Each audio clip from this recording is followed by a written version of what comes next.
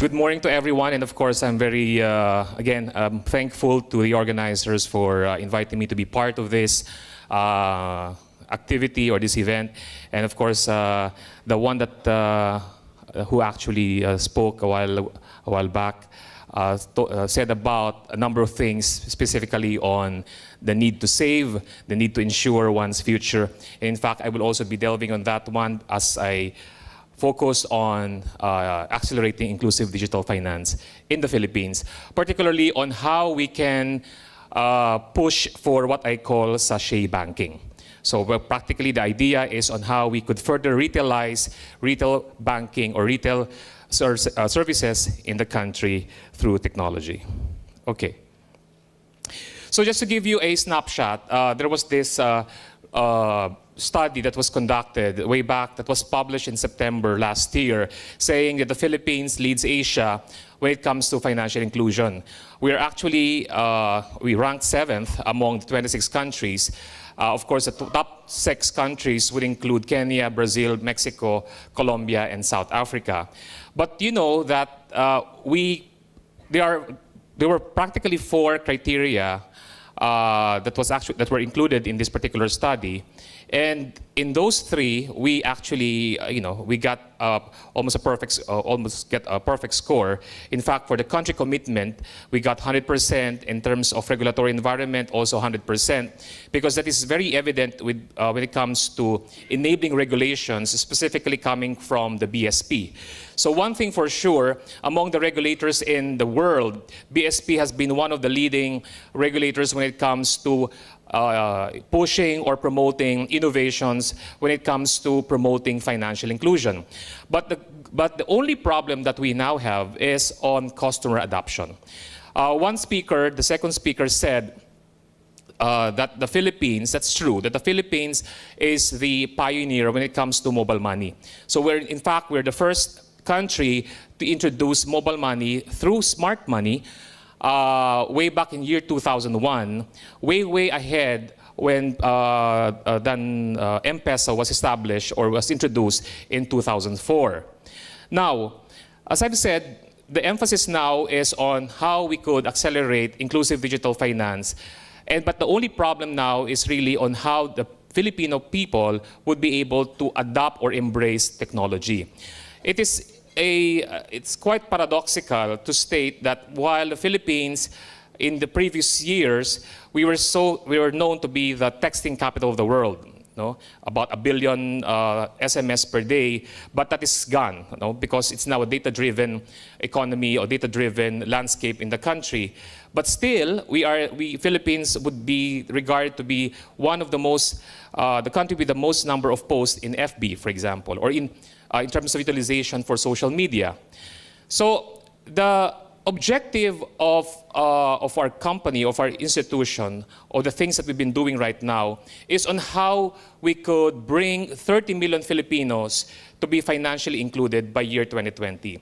In fact, this is in support of the government's vision in terms of the national strategy for financial inclusion, including the national retail payment system that were actually pushed by the BSP. Now, this is, in a way, very ambitious goal, but we all know that this is definitely be achievable because of a number of things that I will be showing to you later on. And on top of that, we are also in the process of accelerating all of these technologies by way of achieving around 20% of digital transactions from the current 1% right now, because there was a survey that was actually a study that was made by Better Than Cash Alliance still way back in 2015, saying that 1% of our transactions are done electronically. So still 99% are done in cash. So that's the thing. So we are not saying that we are going to go for cashless society, but more so on a cash-light environment, because it's utopic to say cashless. So as I've said, it's in a way a very ambitious goal, but we can definitely be able to do this in partnership with a lot of stakeholders involved in this particular initiative. Now, in 2017, we have been successful in terms of practically generating all of these collaboration, synergies, and partnerships with a number of institutions, both from government and the private sector. In fact, part of the initiative really is on how we can, because before, we have here in this audience the Executive Director of Chamber of Thrift Banks, Suzanne Felix. In fact, when we established FinTech in 2015, banks didn't want to talk to me. I'm a banker myself, ex-banker myself, but when we introduced digital lending called Lendr, banks normally would not want to talk to me. So because they thought that fintechs were created to disrupt the banking industry. And there were 3 CEOs and 2 chairmen when I was talking to them. They asked me point blank, Lito, we don't want to deal with you because you are here to eat our lunch. My reply to them was that I'm not here to eat your lunch, but I'm here to serve your lunch. So starting with 1 bank in 2015, now we have almost 100 bank and non-bank partners. And with that, I think if that is any indication in terms of performance, I think that is also a positive indication, a positive outcome when it comes to us being able to do some positive things. So in fact, just to let you know, when I first asked the newly appointed, that was the time, July 3, when he took his oath of office as the 4th governor of the Bangko Sentral ng Pilipinas, Deputy Governor and now Governor Nestor Espinilla, when I asked the question, how do you explain or how do you translate financial inclusion to a Filipino, or to an ordinary Filipino? Because financial inclusion in its program is definitely catering to the unbanked segment, to the underserved. So how do you now explain that in a layman's language?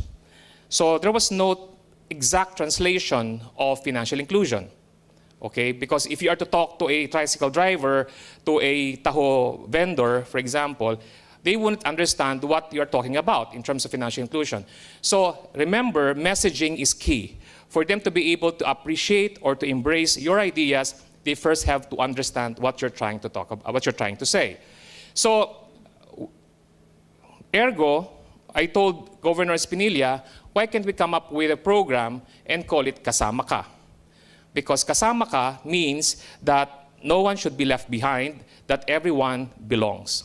Okay? Because the #1 issue of this particular initiative is on how we can create an inclusive economy, right? Because still, up to this present time, 69% of the population remains unbanked and underserved. Okay, as I've said, we have almost 100 bank and non-bank partners.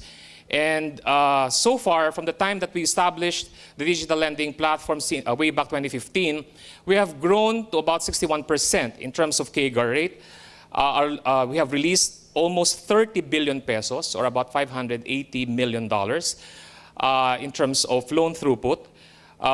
And the good thing here is the fact that we have the most extensive digital footprint in the country today, because we have now covered the entire 81 provinces, 91% of cities, and around 26% of all municipalities. Now, that is what I call sachet banking. But we are not stopping there because of all of these positive numbers. Because one thing, and also the photo that you are now looking at on the screen is an actual shot of an actual farmer that was who's actually based in Cabanatuan City when we first launched the ASEAN's first digital agri-lending program with Producers Bank. And you'll be surprised that one of the positive outcomes of that initiative was that from previous to our intervention, farmers would embrace a 30% per month interest rate from loan sharks, 30% per month. But after Lendr, now that we have the Lendr or digital lending platform in place, it's now down to 9% per annum. So 30% per month versus 9% per annum. So I don't think there's an issue there. No? But the main issue there is definitely we brought down the cost of credit. Because at the end of the day, the number one issue here is on how we could provide accessible, cheap credit to all of these Filipinos. Now, with that, we are also trying to take the lead in terms of being a thought leader when it comes to financial inclusion. And in fact, we have published and released 2 reports already on inclusive digital finance. The one was released last September during our event at the BSP headquarters. And also the most recent was the one in January 18 during the Disruptors Ball.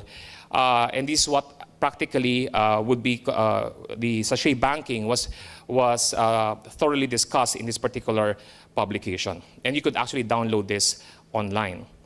Now, we have seen some of the statistics that were shown by some of the speakers earlier, and saying that practically now we have 7 in 10 Filipino families still do not have a savings account. So the idea now here is on how we can cater to these guys quickly and seamlessly. And of course, in this particular study that we have conducted, it shows that the poor has the capability to save. In fact, the problem of being unbanked is not really just faced by the poor. In fact, we were surprised ourselves that in that particular study, even those in the middle class would not have any savings account.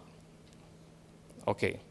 So how do we now operationalize sachet banking in the context of retail banking? Okay. Now, BDO, for example, has around 1,120 or so branches. BDO has the most extensive branch network in terms of brick and mortar setup. But definitely, as what was stated by no less than Governor Spinilla, in a country like the Philippines, in archipelago, with 7,107 islands, there is no way by which a particular bank would be able to establish a brick and mortar branch in every locality in the Philippines. For example, we have 42,000 plus barangays nationwide, and we have almost more than 1,000 municipalities. And the thing here is that you have to make sure that they'll be able to access financial services in those remotest areas in the barangays. So the idea now is we can now enable the 1.2 million retailers nationwide or sari-sari stores to become the customer touch points or the agents of the banks. So practically, while we are saying that it is high tech, it is high touch. High touch because it's still the sari-sari store owners servicing the needs of those people who will be transacting to open a micro savings account, to get a micro insurance coverage, to start a micro investment, and to do lending as well. Okay. Now, again, what is sachet banking? The good news here is that last month, the BSP, as part of its enabling regulation, has released a circular specifically stating on the no-frills basic deposit account, wherein there is no reserve requirements on the part of the banks, there's no dormancy fee, no maintaining balance, and you could deposit as low as 20 pesos or 40 US cents. So imagine, I don't know if you are familiar with the Corneto TV ad, the Corneto, the 20-20, no, the 20 pesos. So, sa 20 pesos mo, makakarating ng malayo na yung 20 pesos mo. Okay? So, hindi ka na kailangan bumili ng loto sa 20 pesos, mag-isave mo na lang. Okay?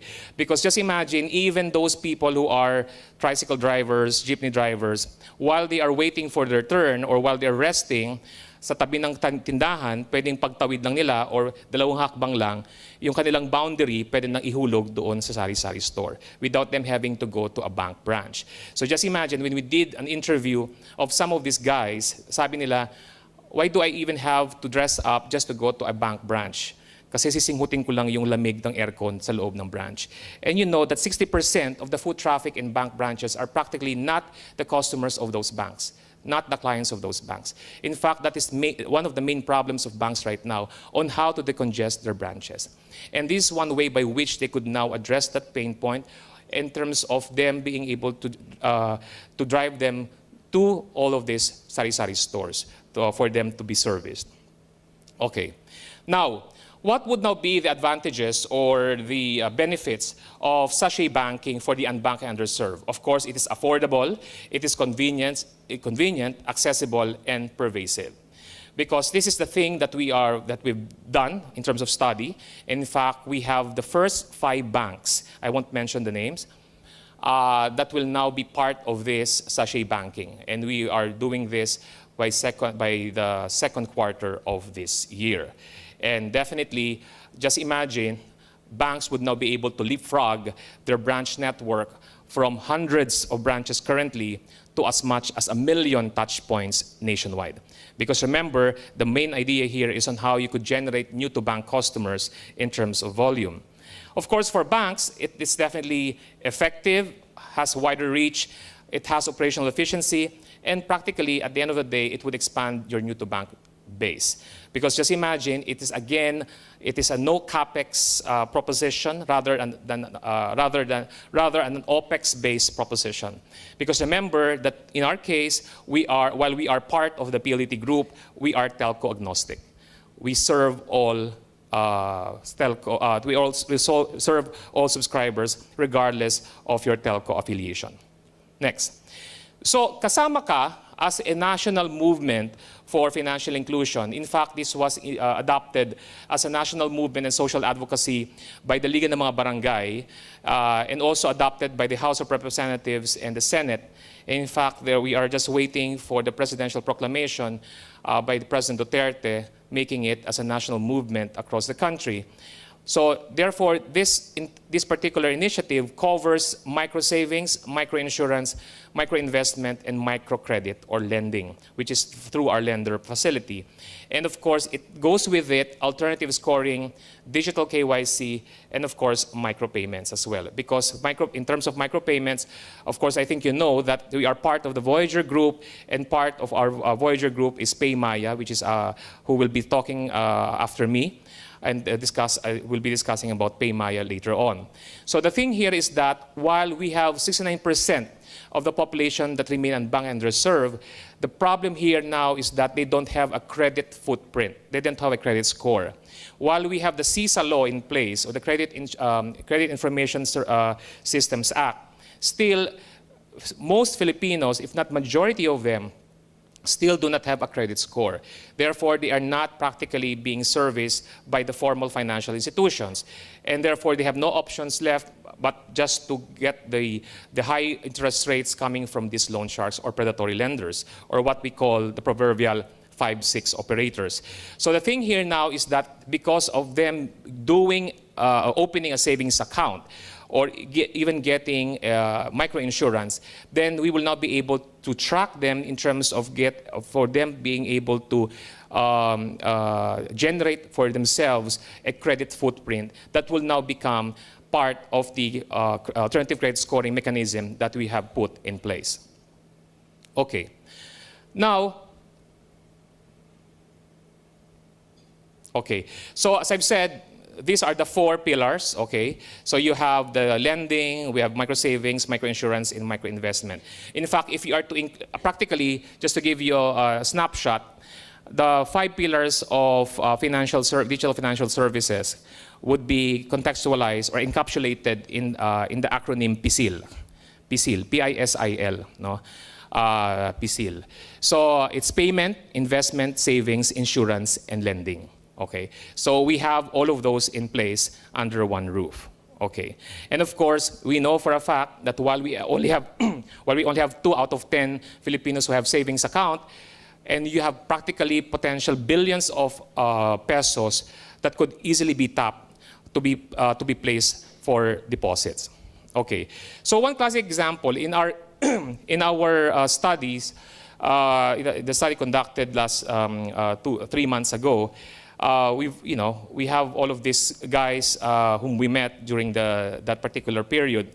So, for example, Lito Gallego, who is actually a store owner, but never in his life that he went to a bank branch to open an account. So he even showed to us his yung lata ng biskwit. He put all his money inside that lata ng biskwit. Okay, so it's actually Ribisco, yung pinakalumang lata, no. So, but never in his life, and he was already 58 years old, he never had any experience of him going to a bank branch to open a savings account. Because sabi niya, malayo, wala akong oras, walang maiiwan sa tindahan, walang magbebenta. Okay. Next one is Terry Blas, no, a market vendor. But in this particular case, he was rejected by all the banks, even MFIs, even co-ops.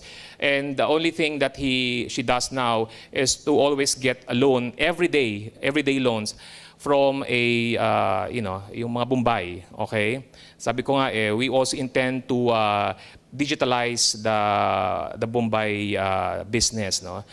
We call it Dubai, digital Dubai. Oh.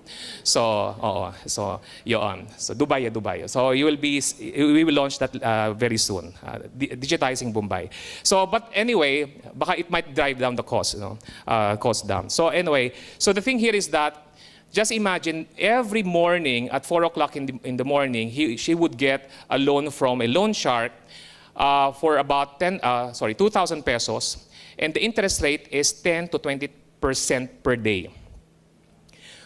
He'll take out the loan at 4 o'clock in the morning, and she will pay that at 3 o'clock in the afternoon. Okay, so practically pang puhunan sa benta, pag nakakuha ng benta, then she would now pay it. Then the following day, it's a vicious cycle, no? So that's the thing. So that's the problem right now. Next would be Jesse Cortez, who is a jeepney driver. He had practically 4 to 5 mishaps. But good thing buhay pa siya. He met 4 or 5 times of practically incidents of accidents. And to top it all, he had no insurance coverage, no? Kahit 4 o 5 beses siyang nabangga, na disgrasya, etc. Still, he has no interest at all of getting an insurance because he doesn't know about insurance coverage. But the only thing he knows about insurance is that mahal ito. Okay. But just imagine, in our case, because we are now aggregating around 10 insurance companies in this particular initiative, we could now drive down the cost in terms of providing microinsurance premium for as low as 20 pesos with a coverage of 20,000 pesos, with the 5,000 medical insurance, etc., etc. Okay, so just imagine that because of economies of scale. Next, you have a millennial who is Emmy Albanco, and she spends around, she buys 3 Starbucks coffee every day. So just imagine, about 1 Starbucks would cost you about more than 100 pesos. So pagpalagay mo ng 300 pesos a day yan, times 30 days. Kasi we even ask her, do you even have coffee every weekends kahit wala ka sa office? Yes, because it now becomes a habit, no? So just imagine how much she's spending just for coffee, and yet she doesn't have any investment at all. So in our particular case, what we designed was that any Filipino could now start building his wealth by a measly sum of 50 pesos per week. Okay, so because right now in the current market, the minimum amount by which you could invest is 5,000 pesos. But this one is 50 pesos. Okay, so our vision is really to help banks and non-bank financial institutions to offer their sachet products through these platforms, and to help banks optimize efficiencies while expanding its reach to tap new-to-bank customers. And of course, we know that 36% of our LGUs still do not have brick and mortar branches. That's why sari-sari stores would be the one to address that particular gap. Next, this is actually the actual screenshot of an approval to a farmer who actually availed of a digital agri loan, okay, from Producers Bank. And in fact, this was the speech of the president supporting KasamaKA as a national initiative that would drive inclusive growth for the country. And this was the event that happened last January 18. And this is the screenshot of the National Executive Board resolution adopted by Liga ng mga Barangay. In fact, all the other leagues of provinces, cities, and municipalities will also be sending out their support for this particular initiative. Okay, so as I've said, to cap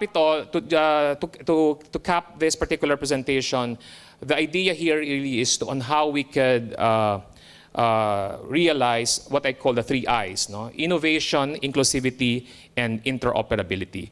That's the major essence of, that would be the 3-point essence of what we're trying to do in this particular initiative. Okay. Siguro some of you here would be able to understand this. Si Rec, okay, my colleague. So we accept other hotel discount card. Ito ho yung sa may bandang Santa Mesa. This is a motel. Okay. So when I saw this, so I got take a photo of this one. And this is a classic example of interoperability, innovativeness, inclusivity, and with customer adoption. So just imagine, when I asked the owner, 85% of the loyalty cards that he accepts would be coming from outside. Okay, from the flower group. Okay, so kasi isang branch lang siya. So it's a clever move for him because he doesn't have any branch other than that particular branch. That's his main branch. But he is accepting 85 to 90% of the rewards card or loyalty cards of other motels in the country. So just imagine he is now getting that particular business. So kaya it's interoperable, it's innovative, it's inclusive, and with customer adoption, especially during Valentine's Day. Okay, so this was the shot taken during the BSP launch with Governor Espinilla. And of course, as a disruptor, we have to seize the moment, and definitely together with all of you here, because of course, we are very privileged that we were able to organize ourselves into one association of all fintech players in the country, and it's called the FinTechAlliance.ph, which is now recognized by the BSP as the single formal institution or entity to represent the fintech sector in the Philippines. So with that, thank you so much, and good morning to everyone.